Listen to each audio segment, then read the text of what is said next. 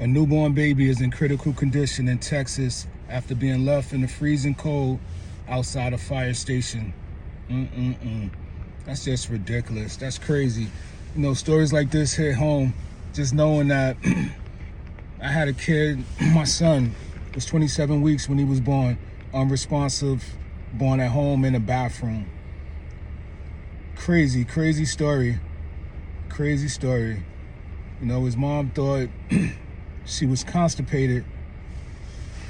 Come to find out she was in labor.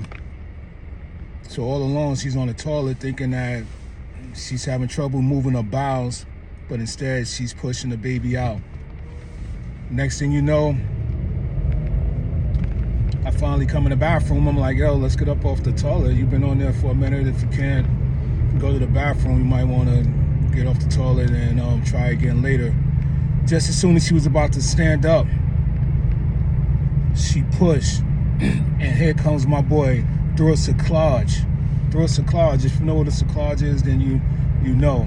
A couple of weeks earlier, her cervix was thin, so the doctors put a cerclage in just to keep them safe, to keep them in the womb a little while longer.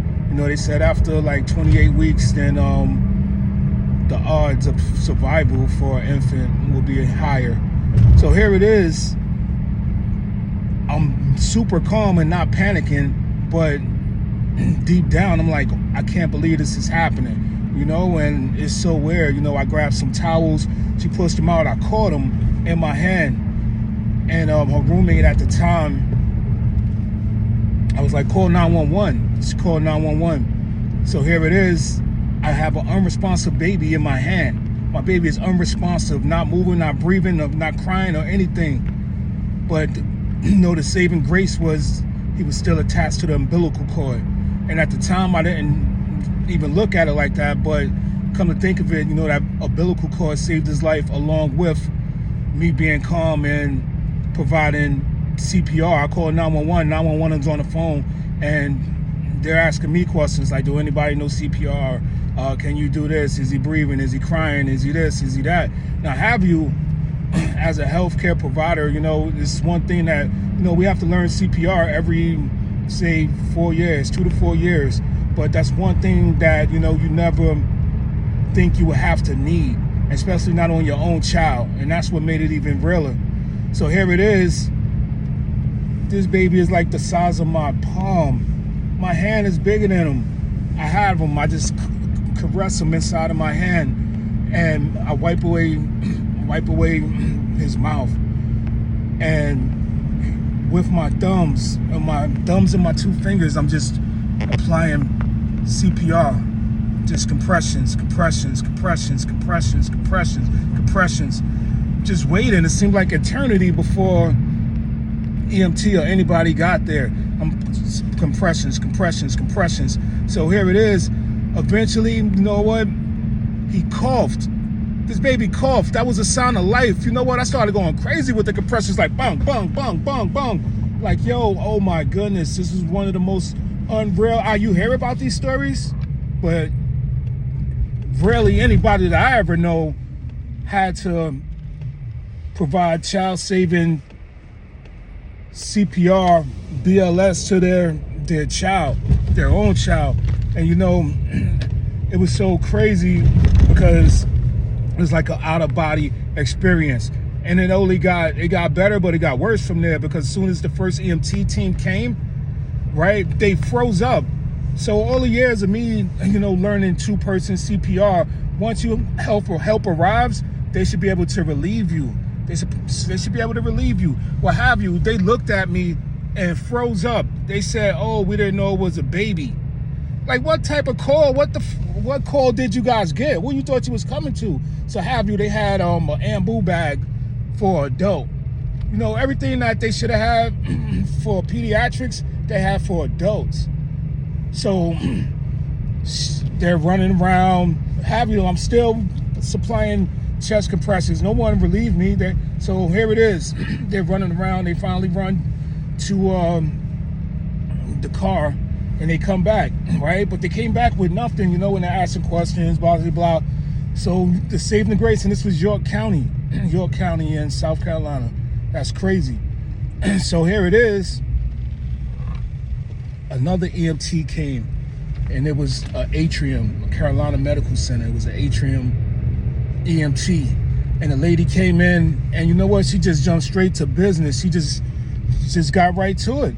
She got right to it. She relieved me.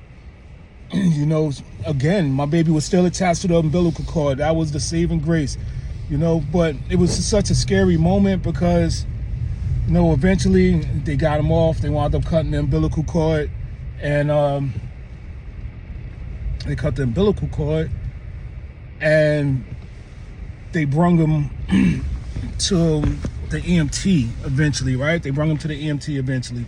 So once they brung him to the EMT, you know, his mom was still in the house. His mom was still in the house, you know, and they wanted her to push the afterbirth out. Now, I'm kind of panicking now because I'm freaking out like, damn, this really just happened. I know this really didn't just happen. I know this didn't just happen. My son is 27 weeks. I really don't know if he's going to live or survive, or if, you know, anything's going to have any ailments, anything's going to be wrong. So I'm still in limbo. I'm calling her mother. Her mother's freaking out. I'm like, yo, can you please calm down? Like, yeah, everybody's fine. Everything's going to be all right. I run outside. I'm like, okay, what's going on with my son? Why haven't y'all pulled off? Why did the EMT? Why y'all didn't take off yet? Or why y'all not getting his mom so she can go with him? You know what they told me? They said, yo, we're going to take the mom to York County, and we're going to take the baby to Charlotte. I'm like, you're bugging. You're not taking the baby and the mom to do two different facilities. That's not going to happen. Like, that's just not going to happen. That doesn't even sound right. Why would you take the mom one place and take the baby the other place? So that's why I say you have to advocate. You have to be your own advocate. You have to advocate for your own people, for your family, for yourself, for anybody. Just always advocate. Always stand up for what you believe in. Always stand up for what you believe in, regardless of what the situation is. So the closest Atrium facility over there, or the closest facility, was a standalone ED. So eventually they took him to the standalone ED, got him stable, and helicoptered him to Levine's Children's Hospital, in which he stayed in the NICU for 3 months. 3 months until, say, he was due in February. This happened in October 2014. He was released in February, like early February, from the NICU. You know what? God is amazing. God is amazing. He makes no mistakes, and he prepares us whether we know we're being prepared or not. Because God knows, as a healthcare provider, someone who was CPR certified, I never thought I'd have to use CPR, and definitely not on my own family. You know what? And just my demeanor, just being calm in the face of danger. You know, anything could have happened. All it took was one person to panic, and this whole thing could have turned around wrong. But you know what? God is amazing. God is great. And now I have a 10-year-old thriving, strong. You look at this kid, you'll never know.